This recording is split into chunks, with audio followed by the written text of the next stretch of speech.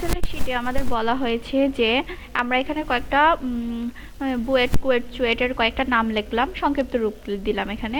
তো আমাদেরকে বলা হলো যে এখানে রুয়েট কতবার আছে বের করে দেখাও। তো আমরা সেক্ষেত্রে কিভাবে বের করব? ফার্স্ট আমি ইকুয়াল দিয়ে শুরু করব, তারপর আমরা এখানে লিখব সি ও ইউ, এই যে এখানে চলে আসছে COUNTIS, এটাতে ক্লিক করব। তারপর এখানে কি রেঞ্জ, মানে কোন রেঞ্জের মধ্যে এটা করব, আমরা পুরোটা ঘর এভাবে সিলেক্ট করে দেব। দেওয়ার পর এখানে কমা বসাবো, তারপর আমরা ইনভাইটেড কমা শুরু করব। আমরা কি খুঁজছি?